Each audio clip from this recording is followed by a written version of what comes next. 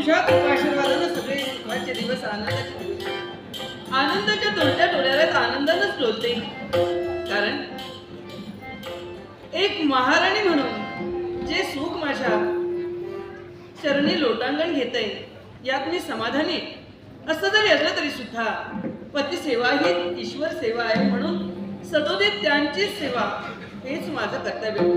आजपर्यंत 6 अश्वमेध पूर्ण झाले. 7व्या अश्वमेधाला प्रारंभ झालाय आणि म्हणून मन अधीर झालंय ते त्यांच्या भेटीसाठी. केव्हा येतील आणि हे सगळं साकल्य वर्तमान मला कधी सांगतील असं झालंय. मला वाटतं त्यांच्याच पावलांचा आवाज. असं काय होतंय? अधीर झालेल्या मनाच्या सांत्वनासाठी मी द्वाराकडे पाहते. निद्रांत निरंजन आणि पंचप्राणांच्या ज्योती करून एकसारखे द्वारे तिष्ठत उभी राहिले स्वामी तुम्हाला ओवाळण्यासाठी. नाही नाही ते झाले आणि ते मधुर स्वर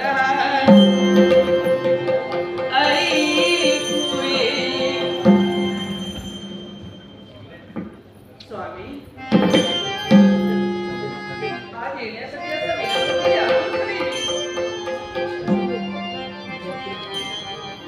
मधुर स्वर ऐकूये कुणाचा नागळे.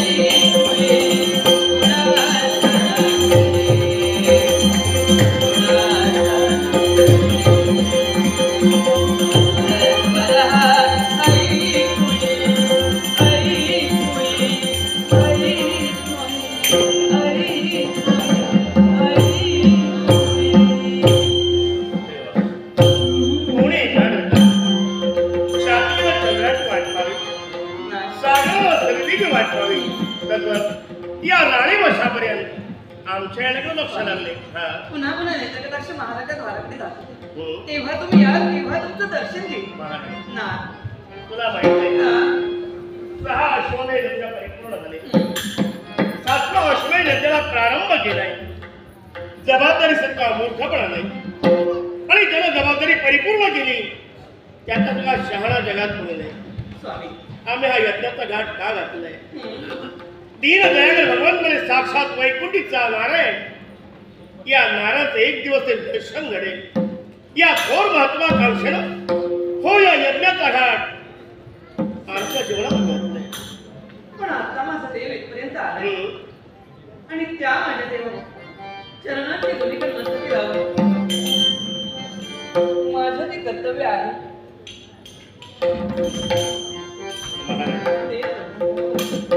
दीर्घायुष्य परमेश्वर आपल्या जीवनात सुखी आणि समाधानी जीवन ठेवावं एवढंच मागणं माझ्या देवाजवळ मला मागायचंय. पण पाहायला 4 बाजूला वेदवक्ते ब्राह्मण मंत्राचा जय जयकार करत नाही.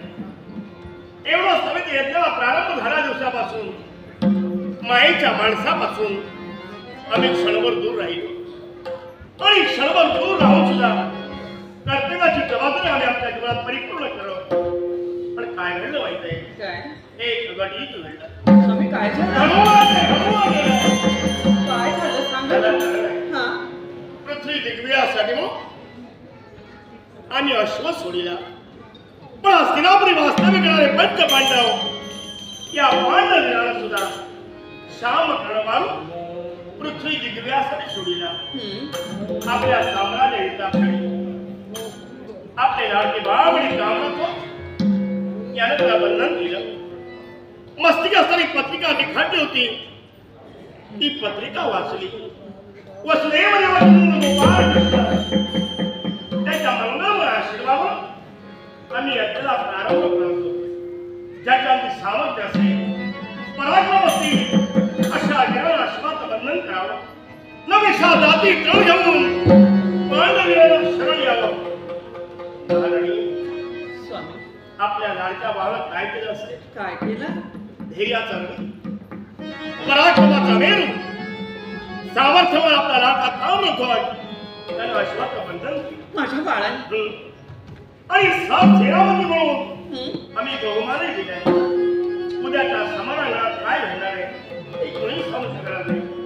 पण युवराजांनी साल म्हटलंय जे रणांगणात घडणार आहे ते साल सर्वस्व वृत्तांत आम्हाला कळायला हवं. स्वामी माझा बाळ आहे आणि तो जर असं शौर्य गाजवत असेल तर कुठल्या मातेचं समाधान होणार नाही आणि तोच आनंद आहे आपला. लग्न होण्यापूर्वी एक वीर कन्या होती. आता सगळी प्रेमाची प्रेम आपल्या कंटिन्यू केली. वीर पत्नी म्हणून या जन्माला सातूला बळगौरव झाला आणि ताम्रध्वजाचा वीर पुत्राला जन्म देऊन हो वीरवता म्हणून या रक्तपुत्रा साम्राज्यात आपलं नाव अजरामर केलंय. स्वामी एवढंच समाधान मला. आता आमच्या नावापेक्षा संप्रत जो अश्वमेध चाललाय त्याकडेच माझे लक्ष लागून राहिले आणि म्हणून त्या दृष्टीनं एक सारखं त्या परमेश्वराचं मी नामस्मरण करेन. ज्या अश्वमेधाला प्रारंभ झालाय तो अगदी आनंदाने परिपूर्ण होईल. काय करावं लागेल तेवढं सांगा. देवाच्या देव गाभाची ज्याची प्रतिमा पूजेला लागली लक्ष्मीकाल भावभक्तीच्या प्रेरणेनं भजन पूजन करावं आणि एकच आवडी करावी. आपला लाडका बाळ रणांगणात विजयी व्हावा एवढं चांगलं देवाचं मागायचं. चला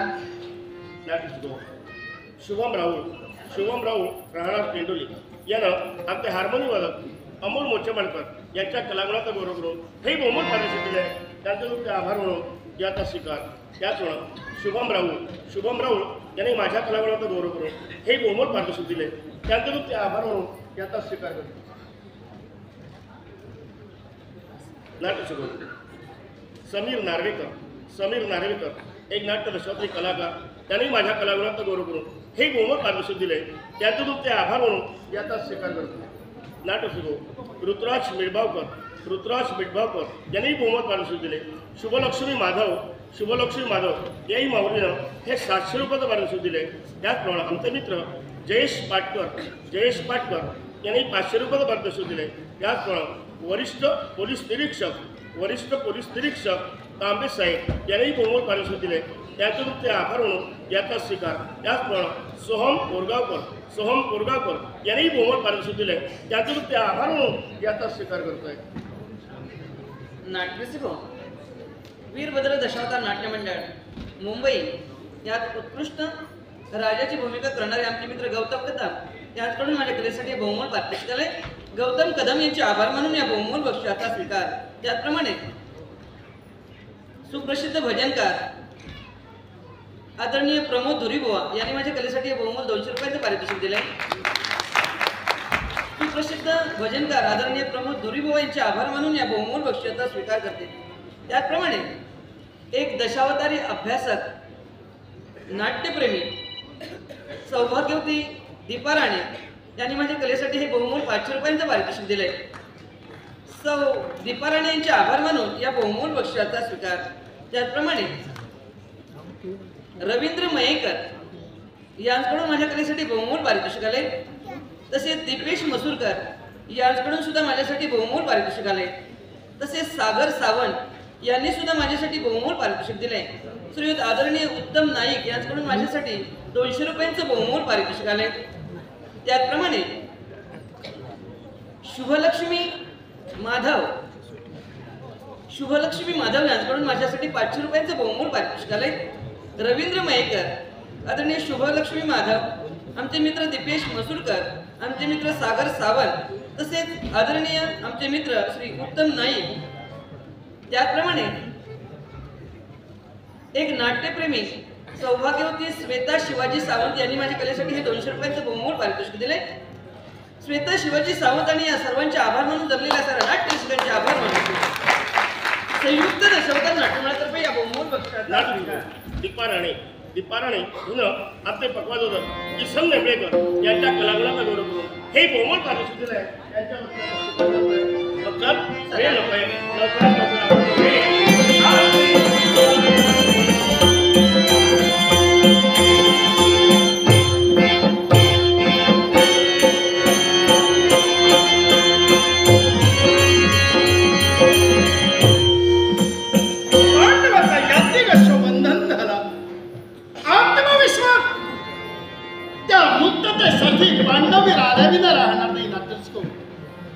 वैभव पावसकर यांच्याकडून माझ्या कलागुणाचा गौरव करून हे बहुमोल 100 रुपयाचं पारितोषिक आले. वैभव पावसकर यांचे व तुम्हा सर्वांचे आभार.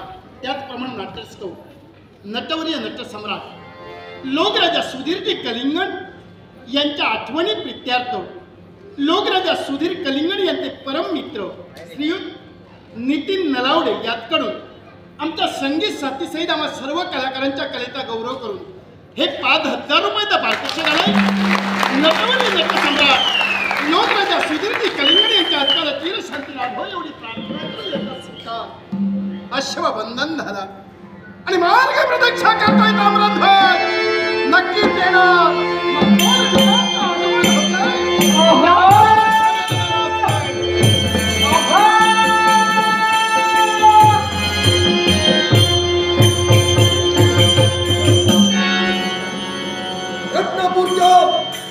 या रणभूमीवर आमची पावला पडली. वैराध्वज पुत्र ताम्रध्वजाला एक सारखा शोधतोय. नटरसिक समिका नार्वेकरीनं कलेचा बहुमान करून बहुमोल पारितोषिक दिलाय. समिका नार्वेकरीचे आभार मानून पारितोषिकाचा स्वीकार. मग निघालोय याच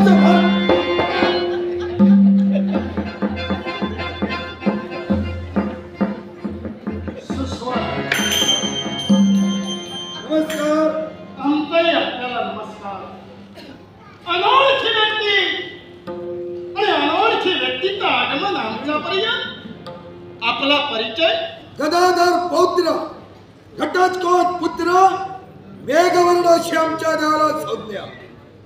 आपलं नामविधान ज्या ठिकाणी आपण उभे आहात चार रत्नपुरात तुमची पावलं वळली आहे. या रत्नपूरचा युवराज हृदय मैरध्वज यांचा सुपुत्र हा ताम्रध्वज आपल्या समोर उभा आहे. म्हणजे ज्या व्यक्तीच्या शोधार्थ मी पर्यंत आलो हीच व्यक्ती माझ्या नेत्रासमोर उभी आहे. ज्या पांडवांचा याज्ञिक आश्रम आम्ही बंधन केला, आम्हाला जाणीवही होती चारती अश्वबंधनाला मुक्ततेसाठी वीर येणार आणि म्हणून कुणा वीराचं आगमन होतं याकडे आमचा लक्ष वेधला असताना आपली पावलं आमच्यापर्यंत वळली गेली आणि ज्या संधीची वाट पाहण्याचं कार्य राम ताम्रध्वज करत होता ती संधी आमच्या समोर उभी राहिली. युवराज, काय आपण म्हणताय आपल्या जीवनात संधी निर्माण झाली. आपण अश्व बंधन केलं. अश्वाची मुक्तता मला करायची आहे, कारण आमचा यज्ञ मला परिपूर्ण करायचंय. मला सांगा, तुम्ही म्हणालात संधी निर्माण झाली, अशी नेमकी संधी कोणती? यातच कारण जो तुमचा याज्ञिक आश्रम मी बंधन केला हे धर्मकार्य आहे. बरोबर. धर्मकार्य हे याची जाणीवही ताम्रध्वजला आहे. पण त्या पत्रिकेवर असणारा भावार्थ, तो भावार्थ वाचल्यानंतर जो जातिवंत योद्धा आहे तो जातिवंत योद्धा शरण जाऊ शकतोय का?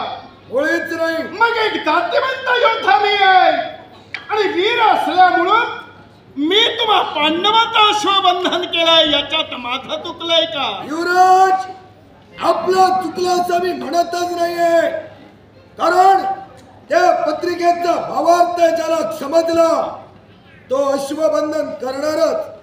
याच्यापूर्वी बऱ्याच योद्ध्यांनी अश्वबंधन केलं.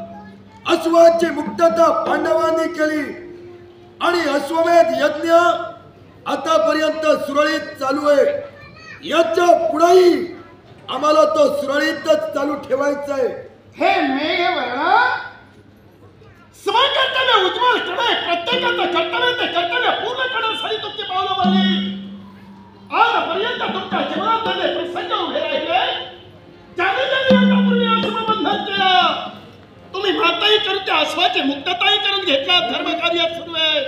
पण ज्या ताम्रध्वजनं तुमचं अश्वबंधन केलंय तो अजून मुक्त झाला नाहीये आणि जातिवंत योद्धा तुमच्या समोर जिथं उभा आहे तिथं तो अश्व तुमच्या हाती कधीही सापडणार नाही. युवराज, अश्व नेण्यासाठी मेघवर्ण इथं आलाय. तुम्ही योद्धे म्हणून माझ्या समोर उभे राहिलात, मग त्याच योद्ध्याचे पराक्रमाच नवीन आणि त्याच योद्ध्याला प्रति आव्हान देण्यासाठी मी आलोय. त्याच्या पराक्रमाला थोडी पराक्रम करेन, आपल्याला पराजित करेन आणि माझा याज्ञिक अश्व घेऊन मग हा जर तुमचा हेतू असेल तर मी जो इथं उभा आहे तो पराक्रमाच्या बलगनात तबाय तर मुखातील निघणारे शब्द सत्य करण्यासाठी उभा आहे. एक योद्धा म्हणून जिथं तुमचं अश्वबंधन झालंय तिथं योद्धा आहे की नाही बोलण्यातून दाखवण्यापेक्षा कृतीने दाखवल्याशिवाय ताम्रध्वज राहणार नाही. युवराज ताम्रध्वज याच हट्टापोई या रणभूमीवर स्वतःचे प्राण गमवाल याचा मात्र विचार करा.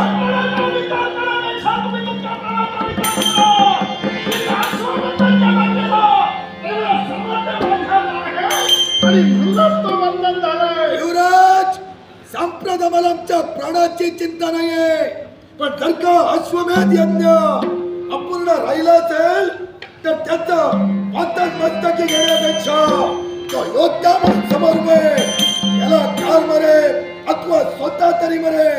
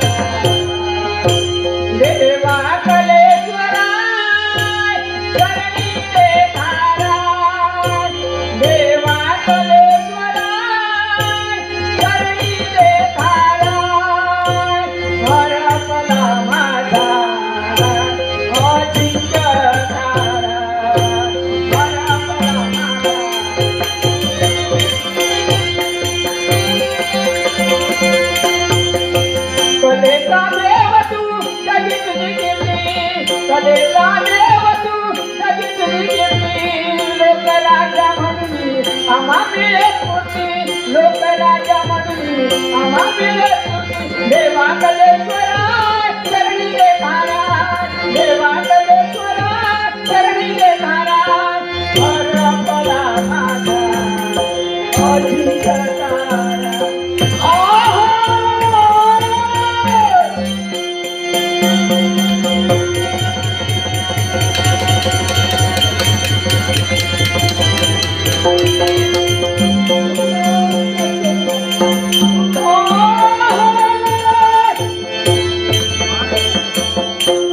खानोर युद्ध चालू असताना या युद्धात तू गेलास केलेला त्या विचार करणारा ताम्रध्वज नव्हे रणकंदात सुरुवात झाली आहे.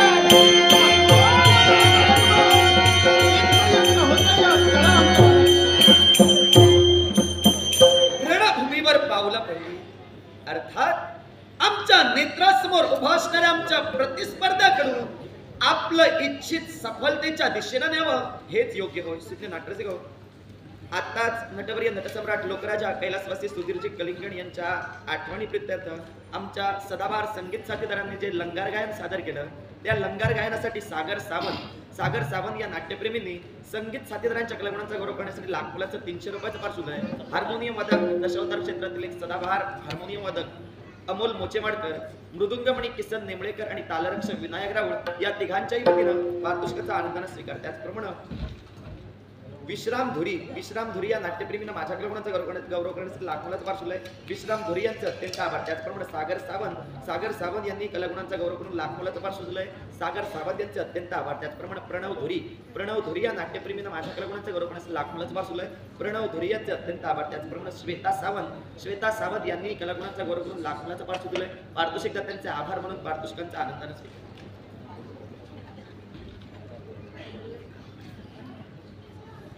नाट्यस्को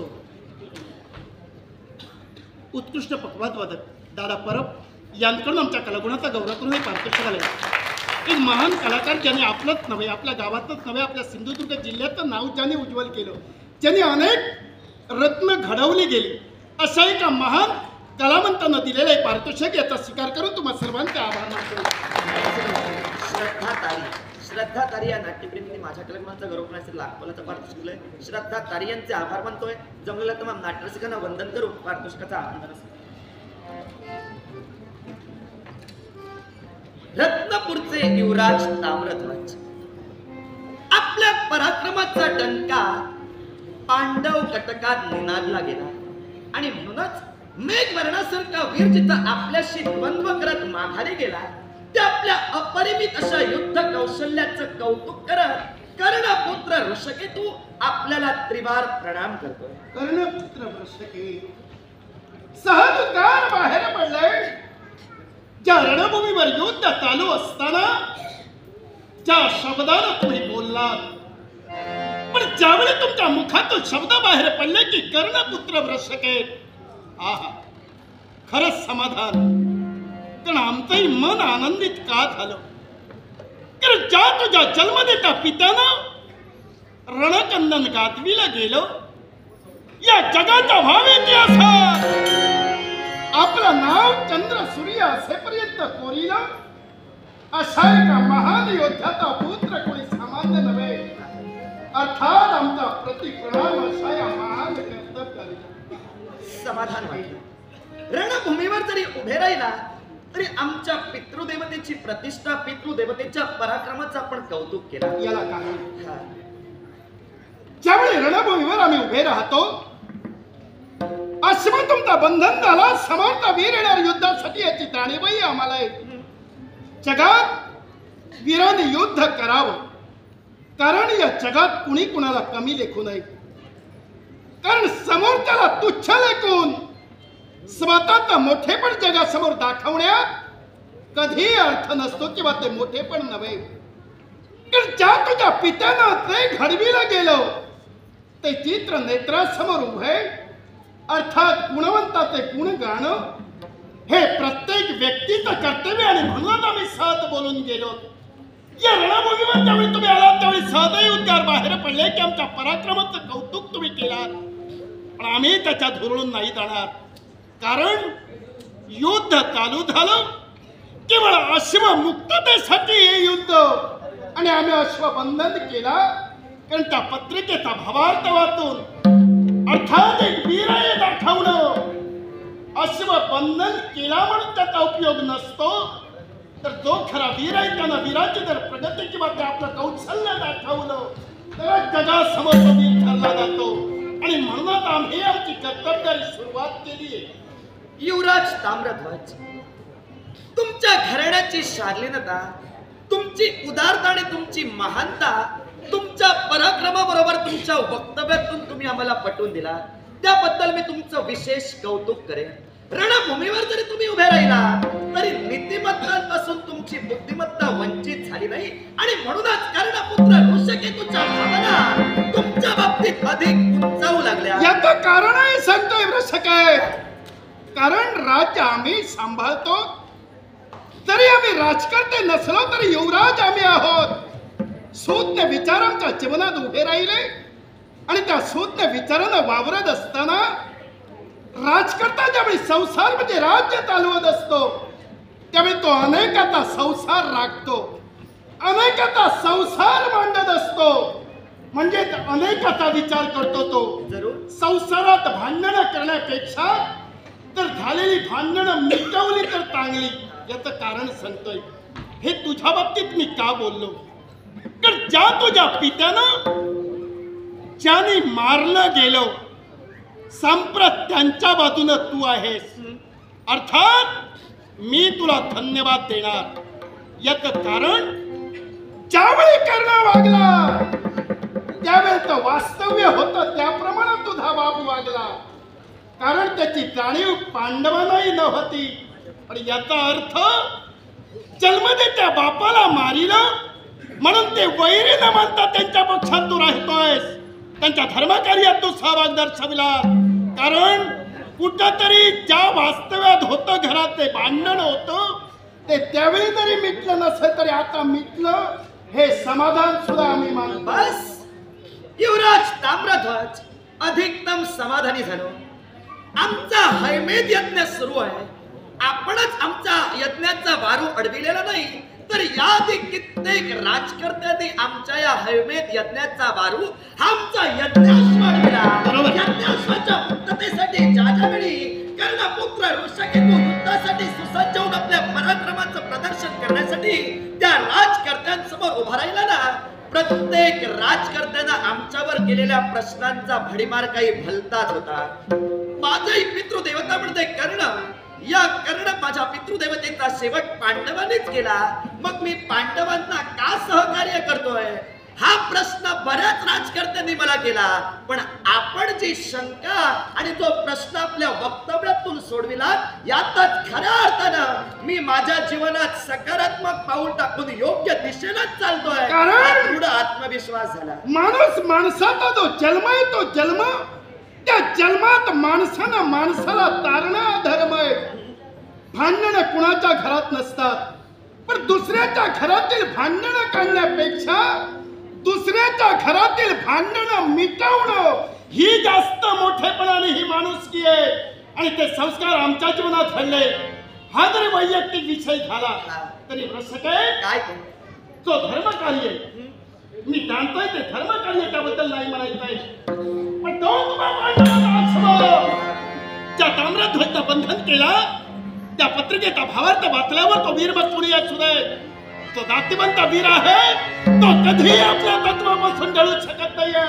अर्थात आम्ही तो संबंधन केलंय. युवराज ताम्रध्वज, तुमच्या सूज्ञ विचारांपुढे मी नतमस्तक झालो. तुमच्या सूज्ञ विचारांचं मी कौतुक निश्चितच करेन. या विश्वाच्या पाठीवर तुम्ही वीर आहात, आणि म्हणूनच वीरत्वाला टांगण्यात देणारी पत्रिका त्या अश्वाच्या मस्तकी आम्ही रेखाटली. म्हणून तुमचं वीरत्व तुम्ही जागृत करून अश्वबंधन तुम्ही केला. पण सामंजस्याचा भाग म्हणून कर्णपुत्र ऋषकेतू तुम्हाला सूचित करू इच्छितोय, या आमच्या धर्म कार्यात मोठ्या मनानं आपण आम्हाला सहकार्य करावं. आमचा जो यज्ञाश्व आपण अडविला त्या यज्ञाश्वाची मुक्तता करून या आमच्या धर्म कार्यात आपण आम्हाला सहकार्य करावं. नक्की ते सहकार्य केलं असतं, पण ज्या ते तो भावार्थ आहे.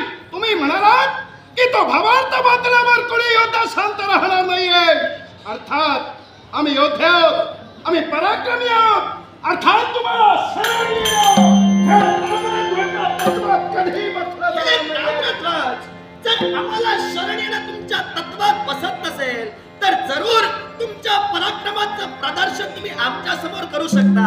जर समजा तुम्ही आमच्यावर विजय मिळवलात तर आतापर्यंत जे पुण्य आम्ही संपादन केलं या पुण्याचे वाटेकरी तुम्ही होऊन या पुढचा आमचा अश्वमेध तुम्हाला परिपूर्ण करावा लागेल. पण या उलट काय घडलं, तुम्ही जर तुमच्यावर जर आम्ही विजय मिळविला तर निश्चितच कर खंडणीसह तुम्हाला आम्हाला शरण यावंच लागेल.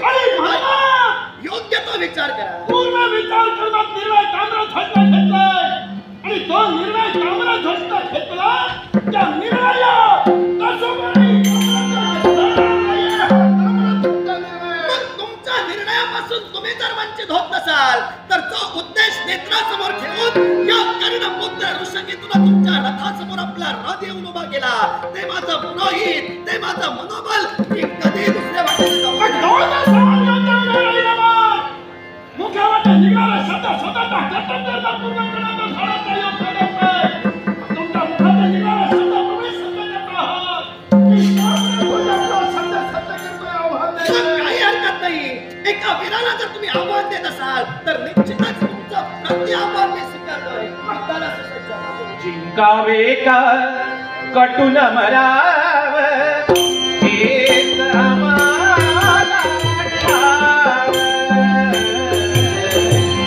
जिंकावे का कटून मराव हेच आम्हाला ठाव. लढून मराव मरून जगाव हेच आम्हाला ठाव. देशापायी सारी करू माया ममता नारी. देव देशाने धर्मापायी लढले जगहाती. पुरावी सरदाराला काल कुणाची. देव देशाने धर्मापायी प्राण देतन हाती. पुरावी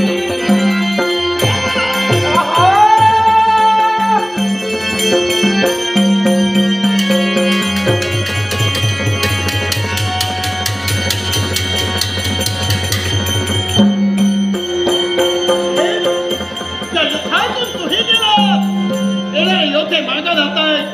पण मला जाणीव आहे पांडव कटका सामान्य वीर नसतात येऊ दे.